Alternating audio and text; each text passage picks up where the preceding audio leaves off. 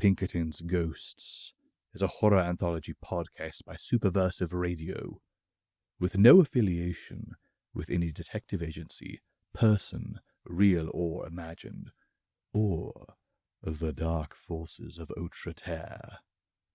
It is not intended for children. The hours after Stuart stabbed me were spent in a haze of pain and confusion as I drifted in and out of consciousness, my body apparently using that as a defense mechanism to cover up the pain in my left eye. I was dimly aware of several things happening. I felt myself being carried out of the woods.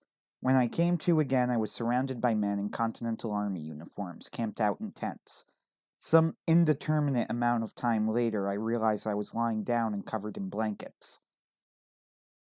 Look, I'm telling all of you this very matter-of-factly, and that's easy in retrospect.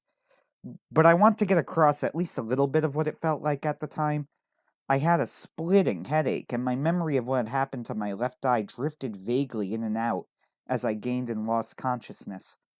By the time I had fully woken up in the tent, the pain had faded to a dull throb, and I could feel the bandage over my eye. I expected to be surrounded by soldiers when I woke up, but I was surprised. There were only 2 men in front of me. One was Private Roberts, the man who intervened in my fight with Stuart. He was a young-looking, brown-haired fellow with stubble on his chin and green eyes. He had a serious expression on his face, but there was a brightness and confidence there that made me think one day he would go places, if he hadn't already. How high a rank was Private in this army, anyway? I had no idea. Next to him was... well... I'm just going to say it. It was George Washington. He wasn't dressed to the nines, he looked tired and worn, and he wasn't wearing the fancy wig thing we know him for on the dollar bill. His hair was light brown and a little disheveled. He was younger than I knew him for, but honest to God, it was impossible to mistake him for anyone else. I suspect I would have realized it was George Washington even if I wasn't trapped back in time. To someone who lived in America, surrounded by the romanticism and legend of Washington, being in front of the real deal was both incredibly surreal but also weirdly familiar. My head was still groggy from the throbbing pain, but the gravity of the situation still got through to me in a flash, and I sat up suddenly. Roberts gave a cry of delight. "You're alive!" I was worried the wound would carry the day for a moment. I tried hard to focus. Never mind that. How long was I out? This time Washington spoke. "Almost exactly 24 hours, Sean Russo. We need to talk. My name is General George Washington." So he knew my name. I started to talk, but Washington raised his hand. "Let me speak first, and then you can have your say. We looked through your belongings and found this." He held up my wallet. Inside was what appeared to be some sort of currency with my face on it. The country is identified as the United States of America. You carry a card with a strange likeness of your own face, and an inscription claiming you hail from NJ, which I will hazard means New Jersey. There are inscriptions of dates that won't occur for hundreds of years inscribed on your card and your currency. Your clothes are made of materials I don't recognize, and your weapon is strange. Washington leaned in at me from the stool he was sitting on. "I don't understand what's happening, but Private Roberts says you saved his life. So I'm giving you an opportunity. Tell me what's happening, the whole truth. I believe Providence has placed you here, but I cannot read the mind of God. I need you to help illuminate the path forward." He leaned back again. "Right now I limited the meeting to you, me, and Private Roberts. Other guards are waiting outside of this tent, of course. I asked the private to be here because he shared the most details about your encounter with Stuart and was very insistent you saved his life.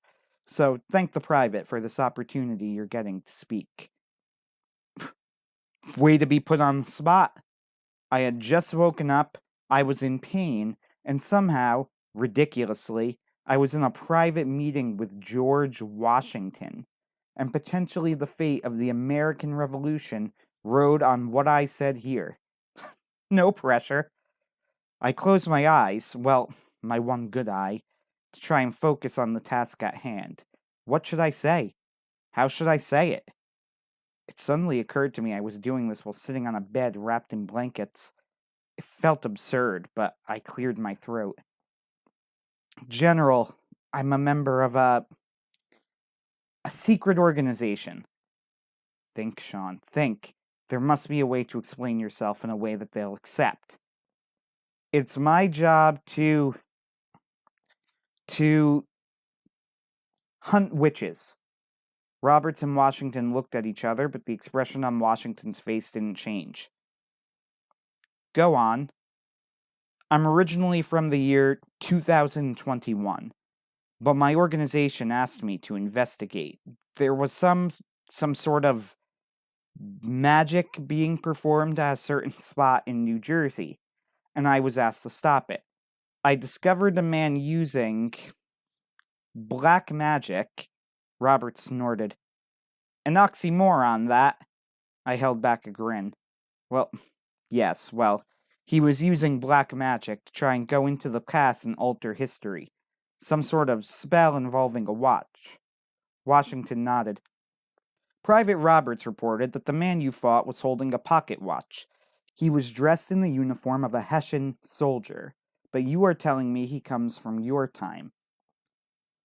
He does, and he's on the side of the British. Do you know what he was doing? I hesitated. This was the make-or-break moment. Roberts gave me an encouraging nod. You are planning to cross the Delaware into New Jersey on December 25th, then attack a Hessian outpost after linking up with the rest of the armies located in New Jersey. Robert's jaw dropped almost comically at this. Washington, I could tell, was also surprised, but he kept his reaction more dignified. It was Roberts who spoke. How did you know about that attack? That's private information. I looked Roberts in the eye as I spoke. In the year 2021, the attack on the Hessians is taught to school children. Everyone knows about it. I turned to Washington, who still looked calm. Including the man who came here, Brian Stewart. He's... What was Stewart, anyway? I didn't really know, but I knew what he wanted to do. He's a British sympathizer, and he's trying to stop the attack. Roberts had been solidly, if subtly, in my corner this whole time, but he didn't address me and turned to Washington. Sir, Russo saved my life, but this is insane. Can you really believe it? Washington looked at Roberts, then looked at me. My heart pounded. Private Roberts, please leave the tent. I need to speak with Russo alone. We have his weapons, there is no danger. Remember, you do not breathe a word of this. If people ask who this is, tell them it's a British deserter I'm speaking to, but say nothing unless you have to. Robert swallowed, then nodded. He turned to me. I owe you my life, Sean Russo. I don't think I fully understand what's happening, but I know that much. God bless you. He left the tent. Now I was alone with Washington. As soon as Roberts left the tent, he stood and started pacing back and forth. I waited for him to talk to me. How much do you know about our plans, Russo? What's today's date? December 22nd. Okay, by tomorrow your army is going to be at the bank of the Delaware River, preparing for your march into Trenton. The goal is going to be to coordinate with 2 other armies, but that's going to be difficult because of the weather and how complex the plan is, and if you have to go over alone, you will. Luckily, I had just been to Washington's Crossing State Park, so all this information was fresh in my mind. That is grave news. Our chance of victory drops significantly if you're correct. I sat up straighter. For the first time, I noticed how cold it really was and appreciated the blanket wrapped around me. General, sir, we need to move to stop Stewart. We need to move right now. It's absolutely critical. Washington stopped his pacing and sat down again across from me. Let me be honest with you. I don't know if I believe you. I am trying to see the hand of the Lord in this, but his designs are clouded from me. He sighed. You show me a vision of a future where our work has led to fruition, but it is difficult for me to trust. The attack on Trenton is critical indeed. Tomorrow I plan to read Thomas Paine to the men, in the hope they find his words as inspiring as I have, but the struggle is difficult. He looked me in the eye, and for the first time I didn't see George Washington, father of our country, but George Washington, a desperate man searching for some sort of sign. I don't understand what my face is doing on your money. I don't understand why you carry a card with your likeness on it. But perhaps you can help me with this. The people, the war. In your time, what has the country founded by this war become? Do people honor our cause in your day? Do we try and serve the will of God? I opened my mouth, but no words came out. How was I supposed to answer a question like that? I struggled to find the words. General, to be honest... Wait. Washington held up his hand. Some of the fire had gone back in his eyes. The question was foolish and faithless. Our fight is driven by Providence, the outcome in his hands. This satisfies me. I shall not ask you about the rest of the war. I do not think that would be in keeping with faith in the Almighty who guides me. I nodded. It was the right answer. Washington stood up. Can you stand? The wound in your eye was bad, but it does not appear it will be fatal. I stood, dropping the blanket to the ground. I was woozy for a moment, and the cold hit me, but I looked him in the eye. I'll be fine. That's fortunate. Here is the plan. The attack on Trenton must proceed as planned, and if I must be the only man to march, so be it. A victory at this time is crucial. This man Stewart, you said his plan was to go to Trenton and warn the Hessians of my arrival. Yes. Then we shall have to chase him down. Washington stuck his head outside. Private Roberts! Roberts stepped in. Sir? I have a special mission for you. It must be absolutely secret. You and Russo will be traveling together to try and track down this British spy, Stewart, before he can reach Trenton and warn the Hessians of our arrival. You leave now. Tell nobody of this. If you are asked, you're delivering a message on my orders. Yes, sir. Before we left, Washington handed my gun back to me and gave me clothes to change into more suitable for the winter chill. He hesitated before handing over the gun. You realize that if you were to strike at me here, you would die. Yes. He handed me the gun. You have my trust on the testimony of Roberts, who I knew to be a worthy man, and one who can take care of himself. It was dark out when we left, and there was some embarrassment when I was forced to explain that I was not, in fact, an experienced horseman. After some confusion and consternation, it was decided Roberts and I would share a horse, and I saddled up behind him.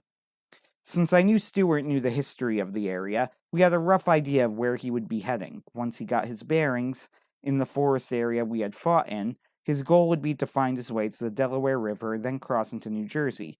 And yes, as it had turned out, we had ended up in Pennsylvania, and only a few days and a few miles off. It could have been worse, I suppose. There were points in our favor and points in Stewart's favor. He didn't have a horse, and he didn't know where he was starting from or what the date was, but he had a full day's advantage to move.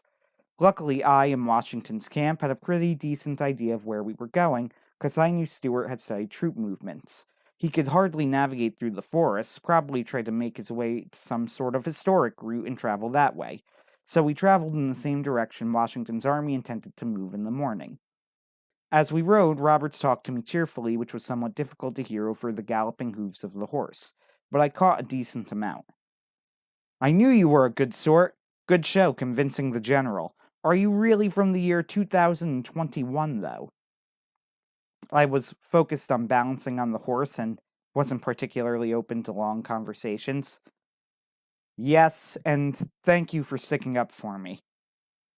I'm not blind, sir. You saved my life clear as day, and I repay my debts, make no mistake. When we first heard of the fighting in the forest, a whole search party went out looking for you, but I was the man who actually stumbled upon you. So you're from a witch-hunting society. Sort of? We fight lots of things. I didn't expect to be here. Huh, I could see that. You aren't exactly prepared. But tell me, you said earlier, did we really win the war? I wasn't sure how much detail to give, but Roberts was at the meeting with Washington, so I decided not to lie. You do, yes, though the Battle of Trenton is an important part of it. Roberts laughed heartily. I was impressed by his cheerfulness considering the dire circumstances of his army and the grim importance of our mission. Amazing! I tell you, I never would have thought it. This is great news, you know. I joined this army to create a better life for my family, and I don't trust those Brits to make no mistake. I was focused on the cold and balancing on the horse, so my responses were short and perfunctory. I didn't have time to feel bad about it. Roberts was, if I'm being honest, a bit of a chatterbox. He was a New Jersey native from Sussex County with a recently pregnant wife. He was quite proud of being a private, which I learned was apparently the lowest rank outside of militiamen in the Continental Army, but a rank nonetheless, and he seemed to hold a hero worship for the general. He was not normally close to Washington, who had his own aide-de-camp after all, but seemed thrilled to have the opportunity to interact with him more closely, brief though it was. He did ask me about Stewart, and I was able to give him a description as we rode through. At one point, we managed to apparently end up on his tail. Apparently, Roberts was a somewhat experienced tracker, and he could tell a lone man had been moving along the same paths we were on now. He pointed out the marks to me. This was good news. Stewart was apparently unable to get a horse. Still, we couldn't have much time. I wished it was a little bit lighter so I could see my state more clearly. Who else would ever get the chance to look at their home through the eyes of someone from the Revolution? But no, I realized, this was wrong. This was very, very wrong. I was not supposed to be here. I felt it in the very fiber of my being. This was a crime against nature. I was reflecting on this when Roberts asked me the question I was dreading. So, after we handle Stewart, what happens to you? I felt a chill creep up my spine, and not from the cold of the winter night. I think I'll go back to my own time, though I don't really know what that will look like. This man, Stewart, he's the one who cast the spell, right? Do you need him alive? The million-dollar question right there. I don't know. But the mission is to stop him from warning the Hessians, whatever it takes. Roberts didn't respond to that. We were not far out from Trenton. I didn't have a watch, so I couldn't keep exact time, but it was maybe a 2 to 3 hour ride. Remember, we were 2 people on a horse, not a full marching army, and Washington was not far out. We made our way into the city of Trenton. We went through back roads, but I actually knew where we were going, though Roberts didn't, and after some adjustment for the older layout, I was able to help guide Roberts forward carefully. We were heading for the headquarters of the Hessian colonel and the head of the Trenton garrison, Johann Rahl. The house was known as the Stacy Potts house, and I'd actually been there. Or rather, I had been where it stood. By 2021, it had long since been replaced by a cathedral, the Church of St. Mary's. In 1776, however, it was the Stacy Potts house. We rode through slowly, forgoing galloping. We still hadn't seen Stewart, but we knew he was making his way here thanks to the excellent tracking of Roberts. I started praying silently, hoping we would catch a glimpse of Stewart before he reached the house. This was a hard sell. The moon was out and almost full, which gave us some light to work with, but we dared not use any other lights lest we be spotted and captured as spies. After hours, our eyes had adjusted, but it was still hard to see any sort of distance. We were a few hundred yards from the Potts house, our horse hidden a bit further back so we could move more stealthily. I hated that I couldn't do more than this, but we kept watch, waiting for Roberts to show up and praying he hadn't already. We hid behind bushes some distance out to watch the house. What other choice did we have? We watched with bated breath, neither one of us wanting to admit what seemed more likely the more time passed, that Stewart had beaten us here, and we were too late. Then there was noise. In the distance, 2 men were walking. I strained to listen, and I noticed Roberts tense up next to me. They were speaking in German. I don't speak German, but one thing was clear. One of the men was definitely Stewart. The strong British accent was unmistakable. I tapped Roberts on the shoulder and nodded. He leaned in and whispered, barely audible, "What do we do?" Great question. I realized I had no clue. We only had seconds to make a decision. What could I do? As if in slow motion, my mind worked out the implications of the actions I could take. What would happen if I stood up and tried to kill Stewart right now? Say I succeeded. Roberts and I would both be caught. Then what? Well, we'd be assumed to be spies for Washington. Would it be enough for them to suspect the coming attack on Trenton? Maybe, but maybe not. This was critical mass right now, do or die. Me ever getting back home could not be a consideration. Crazy as it sounded, this is what you sign up for when you join the Pinkertons. Not this insane scenario specifically, but you know that you might need to sacrifice yourself. I said a quick prayer and thought briefly of Violet, but raised my gun. I missed the shot, but I took it. Considering the distance and the darkness and my eye, I still think it was a good try. My small handgun was quieter than what they used in that era, but it still split the night air. The Hessian escorting Stewart yelled something incomprehensible and turned in our direction. When Stewart saw me, I saw his jaw drop in utter disbelief, then turn to anger. You! He drew his own gun. This is actually what I was hoping for. Every second he tries to deal with the two of us, the second he isn't dealing with the Hessian command. Suddenly, a miniature two-person battle had broken out in the street, with two men from the future facing off against two men of the past. I knew this was it. We had seconds before the entire city was outside, and Roberts and I were captured. Our horse was a few hundred yards away. Stewart was dressed like a Hessian, which gave me an idea. I shouted, "We've been caught, Stewart! We've been caught!" I barely knew what I was saying, and also had no clue if this Hessian spoke English, but this was my best chance to get out of this, weirdly enough. I was in luck. The Hessian stiffened, then said in a thick German accent to Stewart, "Caught? What does he mean? Are you a spy? Was he trying to kill me?" Roberts had caught on to what I was doing. We need to get out of here. Come with me." Stewart glared at me with hatred. We were all much closer to each other now. "It won't work. I'm telling them about the attack." "No, they won't believe you. They know we're spies," said Roberts quickly. But Stewart had drawn his gun. Things were starting to get wild. The Hessian next to Stewart turned on him suddenly and barked something at Stewart in German, and men started running out of the homes to take a look at the scene in the middle of the city. Stewart ignored the Hessian and tried to take a shot, but was knocked out with a sudden blow over the top of the head made by the Hessian. Things were starting to spiral. I looked next to me for Roberts, but found him suddenly missing. I started yelling desperately, "Private! Private!" I didn't want to shoot at the Hessian again, draw the fire of the soldiers who were leaving their sleeping quarters around the city, and besides, the Hessian had his gun drawn on me. I had no clue where Roberts had disappeared to. I started to slowly raise my hands in surrender, figuring that perhaps I could think of something to say after being captured. That's when I heard the galloping of hooves in the background. It was Roberts on his horse, and amazingly there was something lit on fire he was holding at the tip of his bayonet. I watched in morbid fascination. Roberts yelled out, "Check this out, you German bastards!" and with a swift motion launched the flames at the tip of his bayonet at a nearby home. He must have ripped off a piece of his jacket and set it on fire. The homes, being primarily made of wood, caught fire quickly. By now, more and more soldiers had left their houses to see what was going on.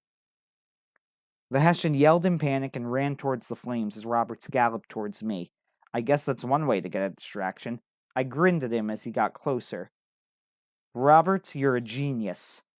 Now we're square. Let's get out of here."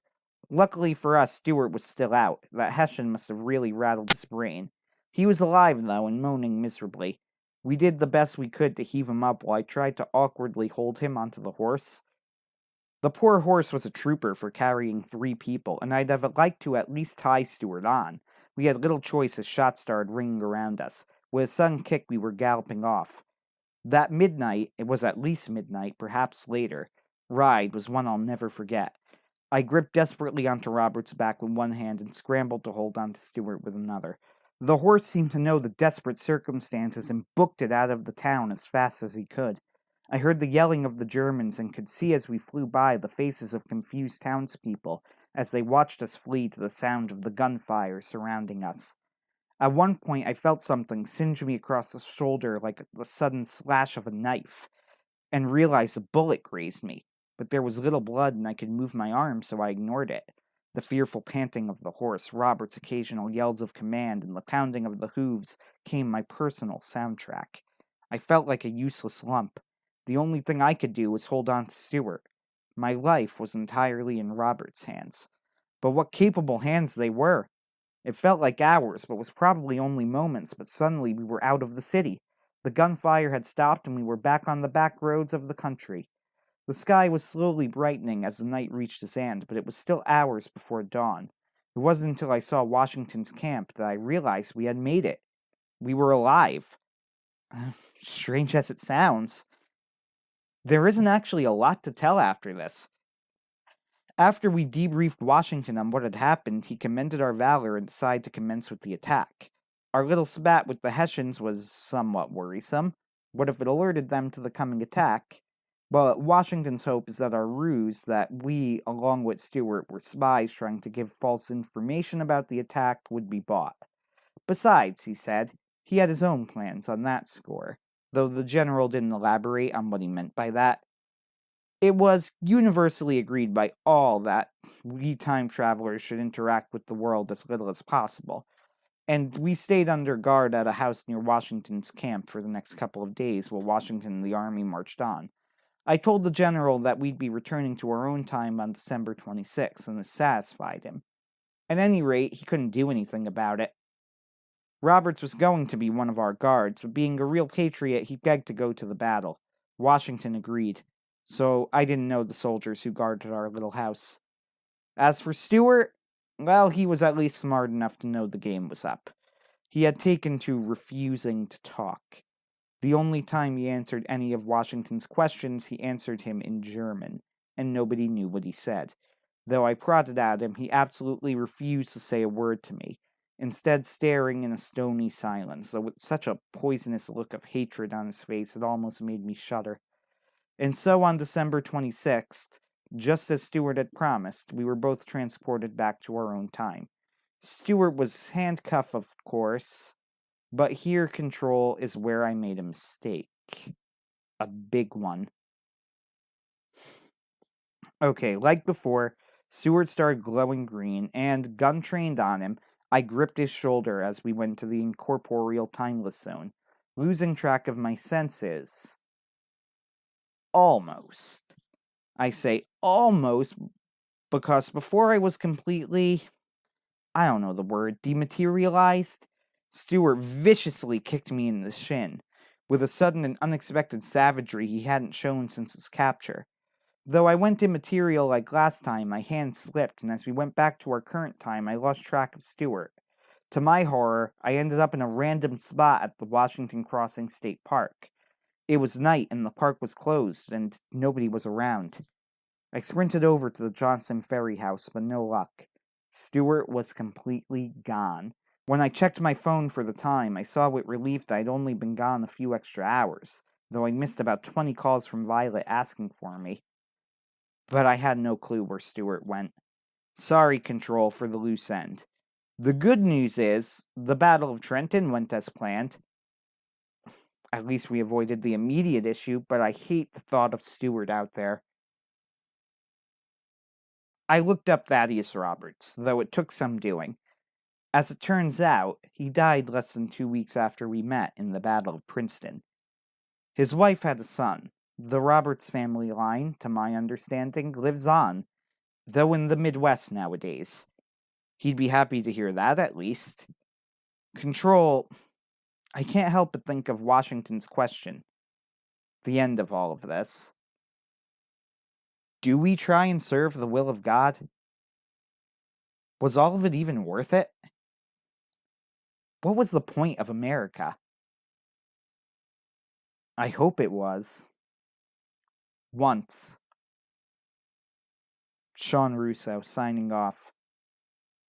For now. Pinkerton's Ghosts is a podcast distributed by Superversive Radio, licensed under an attribution non-commercial, share-alike international license. This episode was written by Anthony Marchetta and is performed by the same. Ben Wheeler edits, directs, produces, and herds cats. Ken Dickerson performs our audio editing.